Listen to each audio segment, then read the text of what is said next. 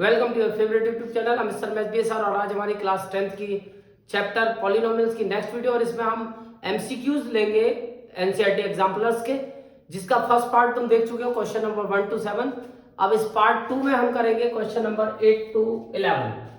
यहाँ मैंने सबसे पहले जो क्वेश्चन लिया है क्वेश्चन नंबर 8, उसमें हमें दिया है the zeros of a quadratic polynomial. एक हमें पॉलिनोमियल दिया है कि x square plus k x plus k where k is not equal to zero, condition है।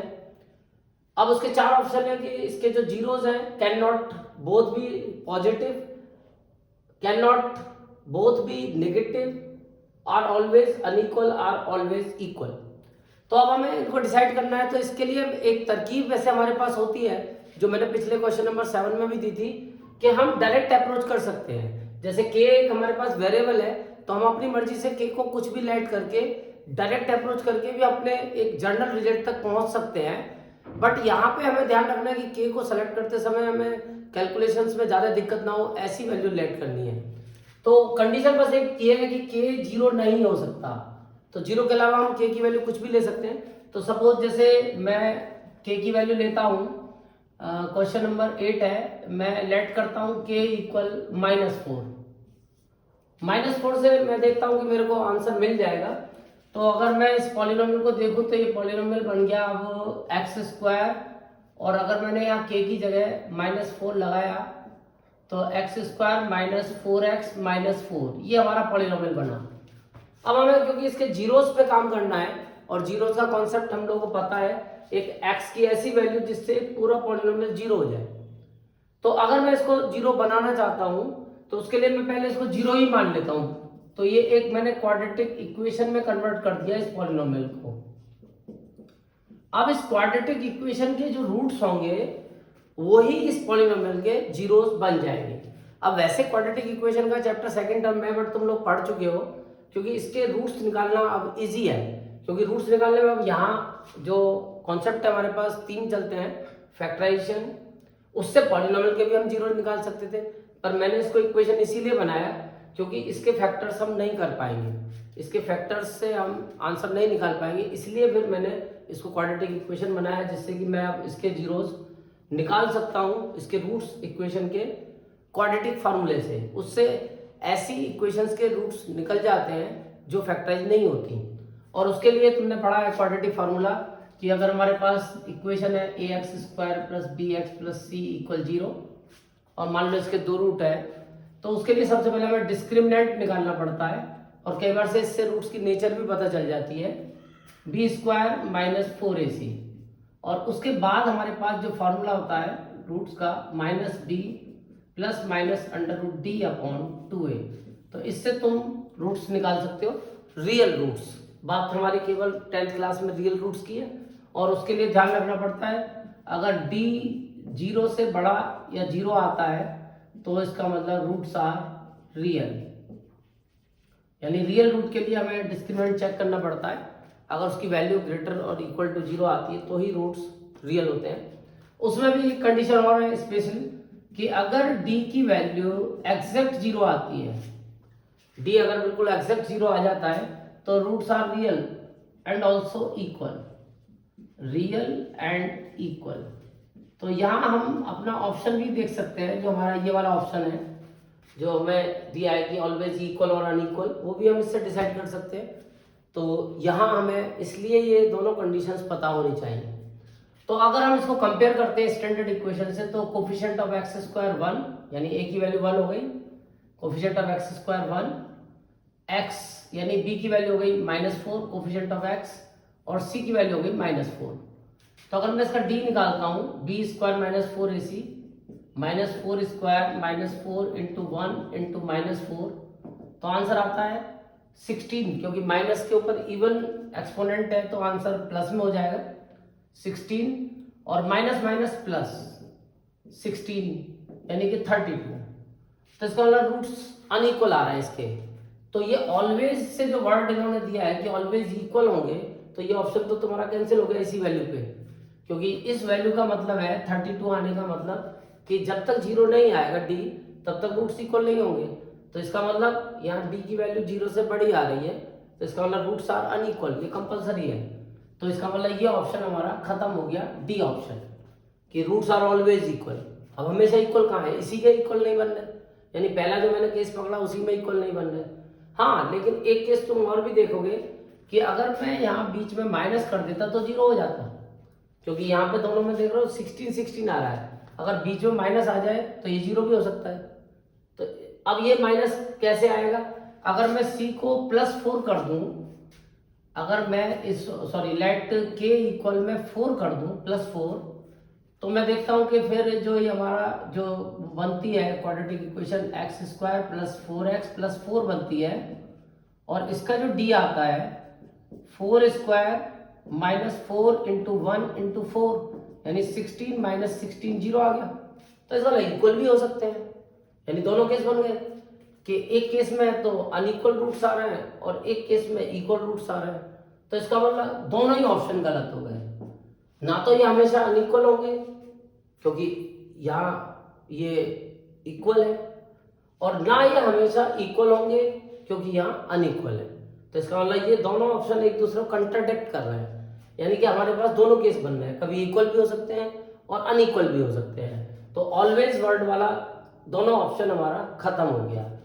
चलो अब बात करते हैं इसके बाद इसके बोथ नेगेटिव बोथ पॉजिटिव की।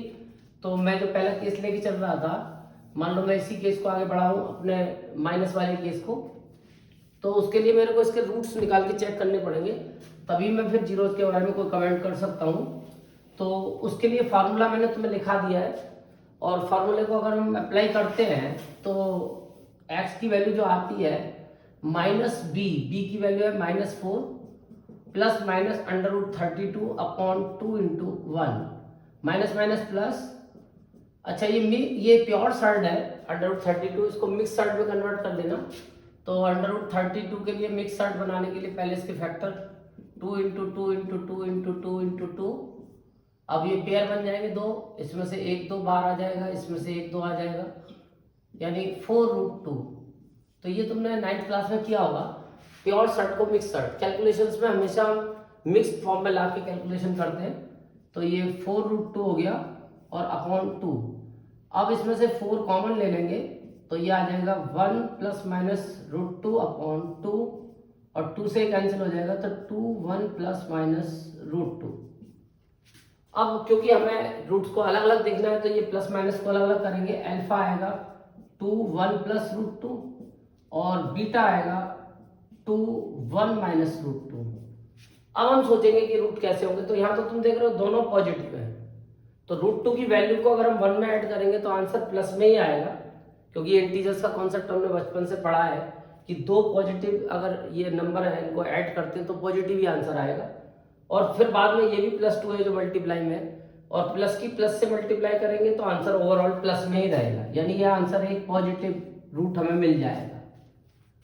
दूसरे केस में हम देखें तो 1 - √2, अब √2 की वैल्यू होती है 1.414, तो 1.414 इस 1 से बड़ा है, तो ये जो साइन आता है जब हम इनका डिफरेंस करेंगे तो जो साइन आएगा ग्रेटर डिजिट का आएगा, तो यानी ये आंसर हमारा माइनस में बनेगा, क्योंकि √2 1 से बड़ा है पॉजिटिव नंबर से, तो ओवरऑल आंसर नेगेटिव हुआ हमारा।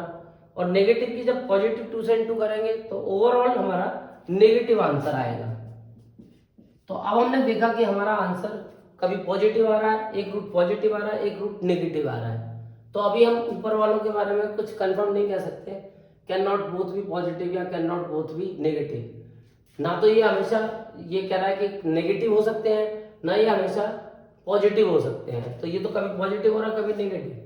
अब हम अगर मान लो इसको डिसाइड करने के लिए देखें कि जो हमारे पास एक दूसरा ऑप्शन अगर हम लेके चले कोई और वैल्यू, क्योंकि इससे हम डिसाइड नहीं कर पा रहे कि ये हमेशा पॉजिटिव होंगे या हमेशा नेगेटिव होंगे, या हमेशा पॉजिटिव नहीं होंगे या हमेशा नेगेटिव नहीं होंगे, तो कुछ और हमें एक वैल्यू लेट करनी पड़ेगी। तो एक वैल्यू हम और लेट कर लेते हैं, और मैं अब की बार 8 लेके चलता हूँ, क्योंकि 8 से भी हमारी कैलकुलेशन इजी हो जाएगी। मैं यहाँ पे k की जगह 8 लगा देता हूँ। तो अब ये इस तरह से हमारी क्वाड्रेटिक इक्वेशन बन गई। x मैंने यहाँ k की जगह 8 पुट कर दिया है, तो x² + 8x + 8। अब इसको अगर हम सॉल्व करते हैं तो मैं देखता हूँ कि जो a है वो तो 1 ही रहेगा, b अब 8 हो जाएगा और सी भी 8 हो जाएगा। और ये वैल्यूज डालेंगे तो 8 स्क्वायर माइनस 4 इंटू 1 इंटू 8, तो फाइनली 8 स्क्वायर इक्वल 64 और माइनस 8 4 जा 32, तो फाइनल आंसर 32 ही आ गया। तो इसीलिए वैल्यू मैंने लेट की थी जिससे कैलकुलेशन हमारी एज इट इज चलती रहे। अब यहाँ पुट करेंगे तो ये बिल्कुल सेम कैलकुलेशन चलेगी, बस यहाँ माइनस का 8 आएगा और बाकी 32 वाली कैलकुलेशन सेम रहेगी। अब इसमें से अगर हम 4 कॉमन लेते हैं, क्योंकि 4 से दोनों डिवाइड हो जाएंगे टर्म, तो ये -2 प्लस माइनस √2 आएगा। और जब इस 2 से इस 4 को डिवाइड करेंगे तो ये फाइनली हमारा जो आंसर बनेगा 2 -2 प्लस माइनस √2 बनेगा। अब इनको हम अलग अलग करके सोचेंगे कि हमारा ऑप्शन क्या बनता है, तो मैं इनको अलग अलग कर लेता हूँ पहले। अब ध्यान रखना पिछला आंसर, क्योंकि एक रूट पॉजिटिव आया था, एक रूट नेगेटिव आया था। दो ऑप्शन में से अभी हम कोई डिसाइड नहीं कर पा रहे कि ये ऑप्शन क्या बनना चाहिए। उसी के लिए हम ये तीसरा केस हमने लिया है, क्योंकि दो ऑप्शन को तो हमने गलत प्रूव कर दिया था। अब इसके लिए मैंने नया केस लिया है कि देखते हैं क्या होता है। तो एक बार प्लस ले लिया मैंने और एक बार मैंने माइनस ले लिया। तो अब सीधी सी बात है, फिर यहाँ पे देखो केस देखोगे कि अगर माइनस माइनस की डिजिट को ऐड करोगे तो आंसर माइनस में ही रहेगा, और माइनस की प्लस से मल्टीप्लाई करोगे तो ओवरऑल भी तुम्हारा आंसर नेगेटिव आएगा। यानी ये वाला रूट जो आया तुम्हारा 2 मल्टीप्लाई -2 माइनस √2 वाला, ये नेगेटिव रूट आया। अब इसकी बात करते हैं तो देखो, अब -2 और √2, तो √2 की वैल्यू 1.414 होती है, -2 उससे बड़ा है, यानी -2 इज ग्रेटर देन √2। तो जो इनका ओवरऑल डिफरेंस आएगा तो साइन तो बढ़ेगा रहेगा -2 का, तो ये आंसर भी हमारा नेगेटिव आया। तो यानी कि अब ये बाई चांस ऐसा हमने केस पकड़ा कि जिसमें ये प्रूव हो गया कि दोनों रूट नेगेटिव हो सकते हैं, यानी दोनों रूट हमारे नेगेटिव हो सकते हैं। तो इसका मतलब ये वाला ऑप्शन तो फिर रॉन्ग हो गया, बी वाला। इसमें कह रहा था कि कैन नॉट बोथ नेगेटिव, कि दोनों रूट नेगेटिव नहीं हो सकते। तो भैया हमने तो प्रूव करके दिखा दिया दोनों नेगेटिव हो सकते हैं, लेकिन हम अभी ये प्रूव नहीं कर पाए कि दोनों पॉजिटिव हो सकते हैं।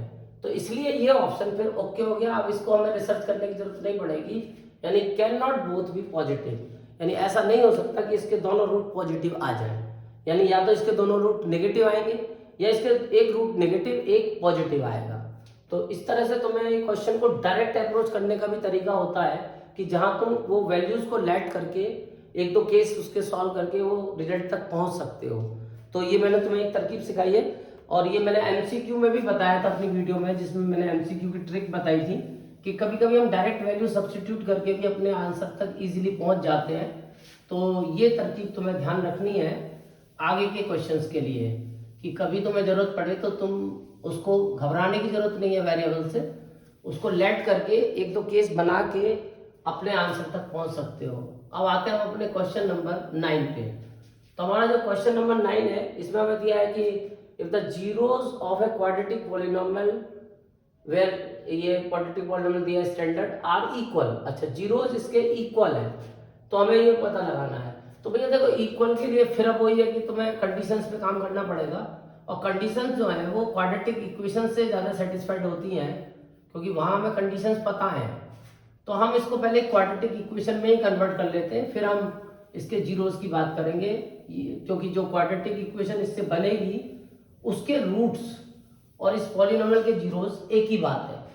तो दोनों का सब कुछ एक रहेगा, नेचर भी एक रहेगी, उसके एक्सपेरिमेंट भी सेम रहेंगे, सब कुछ सेम रहेगा। तो अब मैं इसको पहले एक क्वाड्रेटिक इक्वेशन बना लेता हूँ। आंसर नंबर 9, जो मेरे को पॉलिनोमियल मिला था ax² + bx + c मिला था। पहली बात तो इन्होंने कंडीशन दी कि c 0 नहीं हो सकता, ठीक है, कोई बात नहीं। अब मैं इसको लेट कर लेता हूँ एक क्वाड्रेटिक इक्वेशन। ये मैंने एक क्वाड्रेटिक इक्वेशन में कन्वर्ट कर दिया इस पॉलिनोमियल को। अब इसके हम जीरोस पे काम करेंगे, तो इसका मतलब इस इक्वेशन के रूट्स पे काम करेंगे। जो इस इक्वेशन के रूट्स होंगे वो इस क्वाड्रेटिक पॉलिनोमियल के जीरोस पे होगा। अभी कह रहा है कि zeros of the quadratic polynomial are equal, यानी roots of the equation are equal. Condition हो गई रूट्स आर इक्वल, और अभी मैंने बताया था रूट्स इक्वल होते हैं तो डिस्क्रिमिनेंट मस्ट बी 0, और डिस्क्रिमिनेंट मस्ट बी 0 इसका मतलब b square minus 4ac must be 0, और बी स्क्वायर बराबर 4ac। वैसे ये 4 जो है कांस्टेंट वैल्यू ऑफ पॉजिटिव, इसका ध्यान रखेंगे। अब यहां अगर हम देखें तो बी स्क्वायर एक परफेक्ट स्क्वायर है, और परफेक्ट स्क्वायर हमेशा पॉजिटिव होता है, यानी बी की वैल्यू आप कुछ भी पुट करो, नेगेटिव पॉजिटिव स्क्वायर चढ़ेगा तो वो हमेशा पॉजिटिव ही आंसर आएगा। यानी कि 4 इंटू ए इंटू सी हमेशा एक पॉजिटिव आंसर देगा, ये हमेशा पॉजिटिव बनेगा, यानी कि ये किसके इक्वल है, ये 4ac के इक्वल है, तो इसका मतलब 4ac भी हमेशा पॉजिटिव रहेगा। अब यहां अगर 4ac अगर पॉजिटिव है तो ये तो पॉजिटिव है ही, 4 तो पॉजिटिव है, इसको भूल जाओ, क्योंकि ये तो हमेशा पॉजिटिव है। अब इनके बारे में सोचना है हमें, ये साइन चेंज हो सकते हैं, तो इनकी क्या क्या पॉसिबिलिटी है जिससे कि आंसर पॉजिटिव बन जाए। पहली पॉसिबिलिटी, इनमें से कोई एक माइनस में नहीं हो सकता, क्योंकि अगर इनमें से कोई एक भी माइनस में हुआ तो ये पूरा गेम नेगेटिव हो जाएगा। इसलिए तुम देखोगे कि सारा कहानी जब ए और सी पे डिपेंड कर रही है, और बाई चांस मैं ए को पॉजिटिव लेता हूं और बाई चांस मैं सी को पॉजिटिव लेता हूं, तो 3 पॉजिटिव इंटीजर्स को जब हम इंटू करेंगे तो आंसर पॉजिटिव ही आएगा। यानी कि इसका मतलब ए और सी दोनों पॉजिटिव होंगे तो हमारा आंसर पॉजिटिव बनेगा।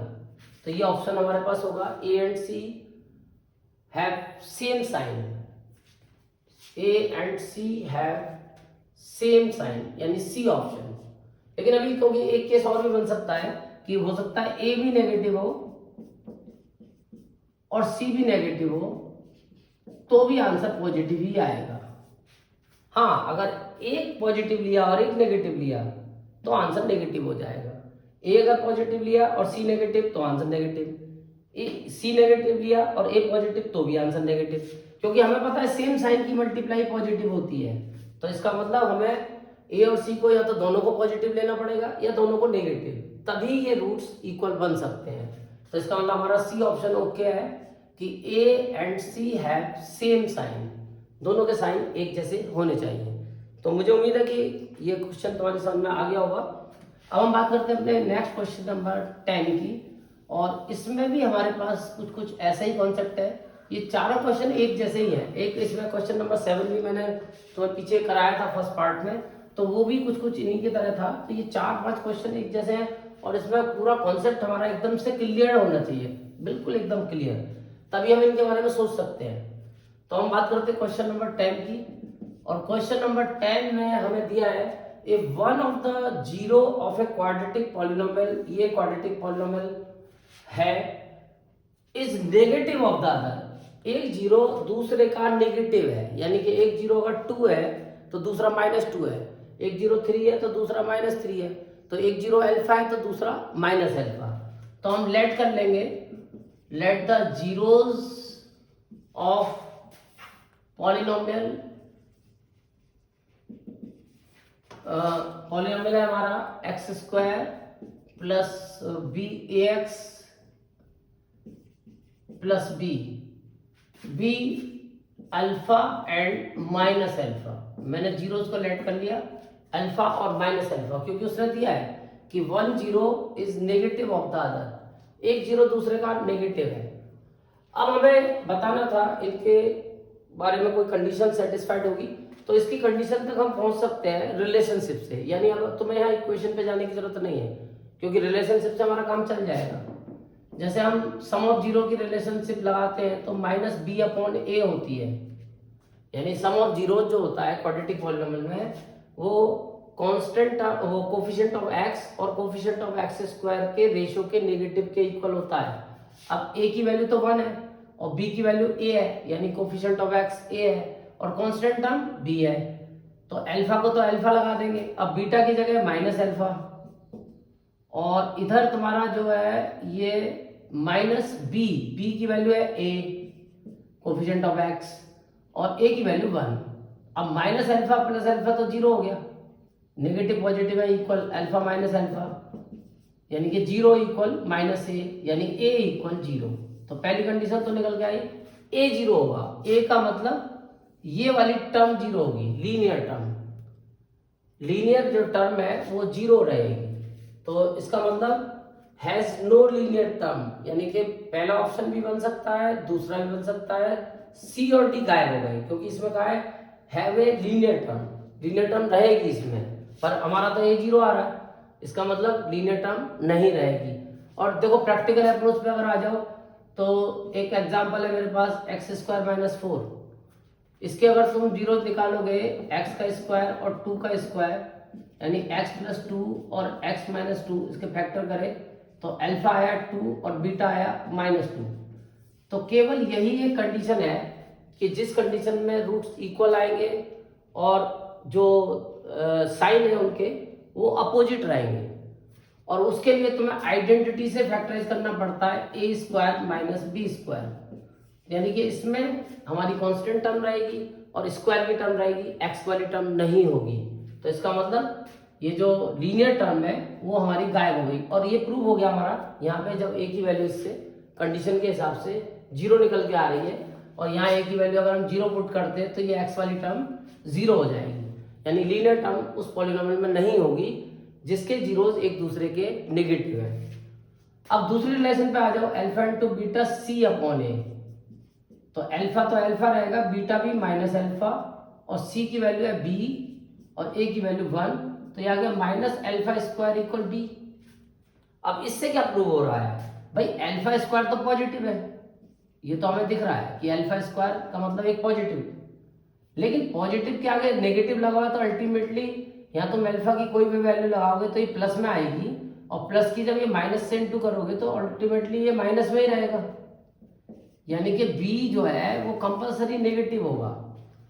तो इसीलिए तुम देख रहे हो यहाँ पे भी b नेगेटिव है, क्योंकि अगर तुमने यहाँ b को यानी इस कांस्टेंट टर्म को, b का मतलब कांस्टेंट टर्म है, अगर b को पॉजिटिव कर दिया तो आइडेंटिटी नहीं बनेगी a square minus b square की।